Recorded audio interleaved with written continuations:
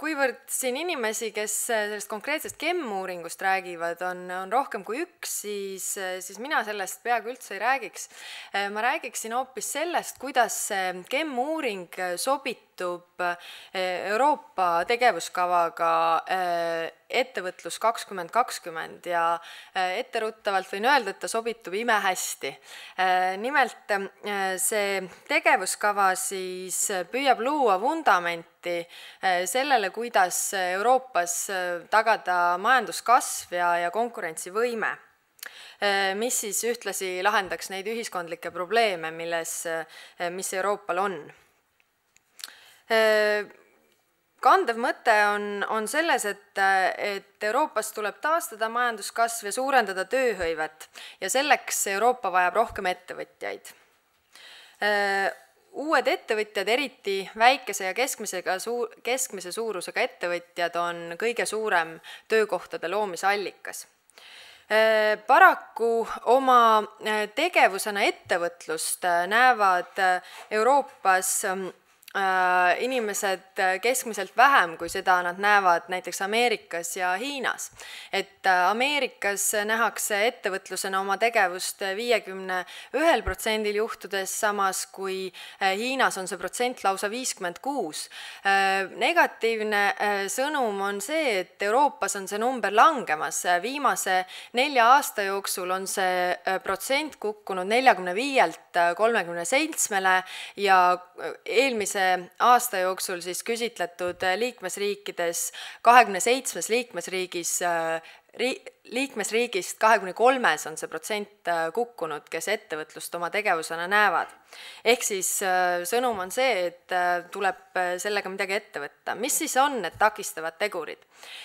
Kõigepealt, mida ka GEM-uuring adresseerib, on haridus.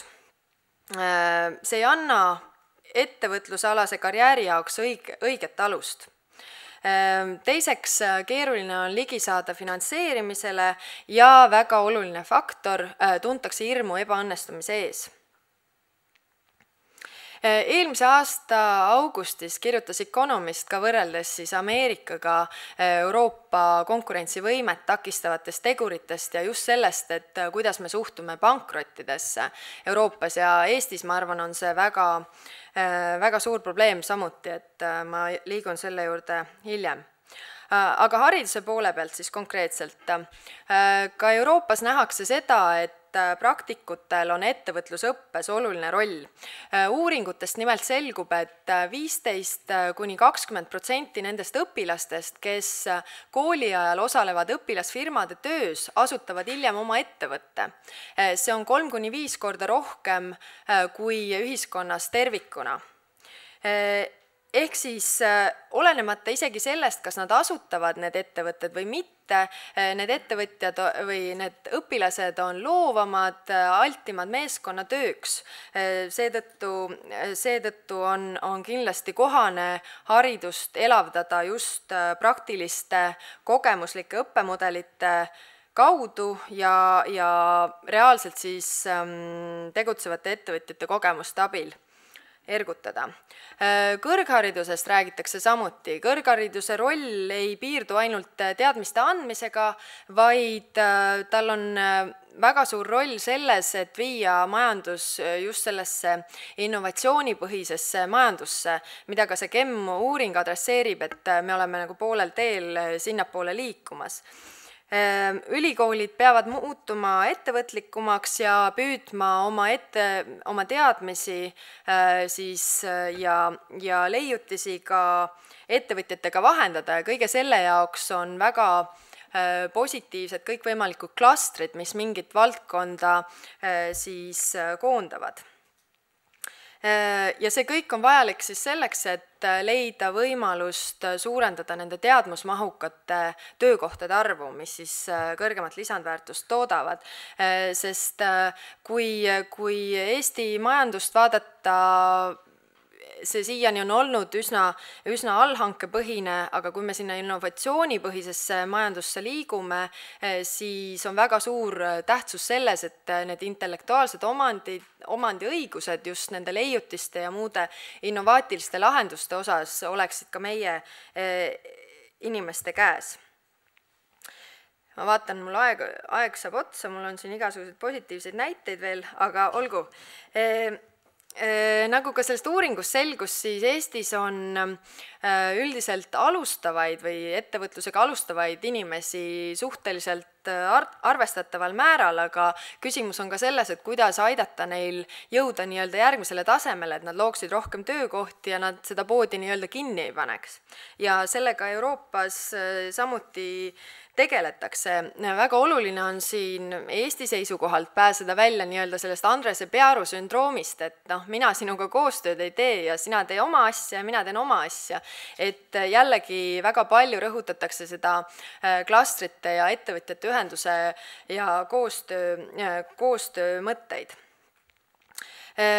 Mis on positiivne ka Euroopa suunal on see, et lähtutakse nüüd põhimõttest, et kõigepealt mõtle väikestele, ehk siis kõige tähtsamad Euroopa majanduse seisukohalt on just väikesed ja keskmise suurusega ettevõtjad, kes siis loovad üle 4 miljoni töökoha igal aastal. Et see on peamine kasvumootor. Ja mis veel oluline, mida ma ennist ka mainisin, on see, et ausatele ettevõtjatele tuleb anda teine võimalus. Euroopa uuringud näitavad seda, et teisele ringile minevad ettevõtjad loovad rohkem töökohti, peavad kauem vastu ja kasvavad kiiremini. Ja see on Euroopas üldiselt probleem, et pankrot käsitletakse pigem kuritegelikena. Samas kui faktid räägivad seda keelt, et 96% kõikidest pankrottidest toimuvad objektiivsetel asjaoludel.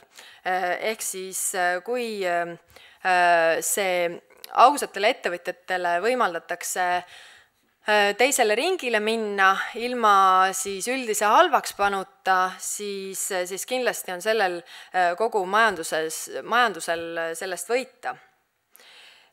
Ja samuti jällegi, kui seda GEM-uuringut vaadata, siis GEM-uuring ju viitas ka sellele, et väga suur ettevõtlust takistav faktor on hirm ebaõnnestumise ees. Ehk siis seda kultuuri peaks muutma siis mitte ainult Eestis, vaid see on kogu Euroopa probleem. Aga kuivõrd aeg otsas, siis ma rohkem ei räägi ja laseks rääkida konkreetselt sellest GEM-uuringust. Aitäh!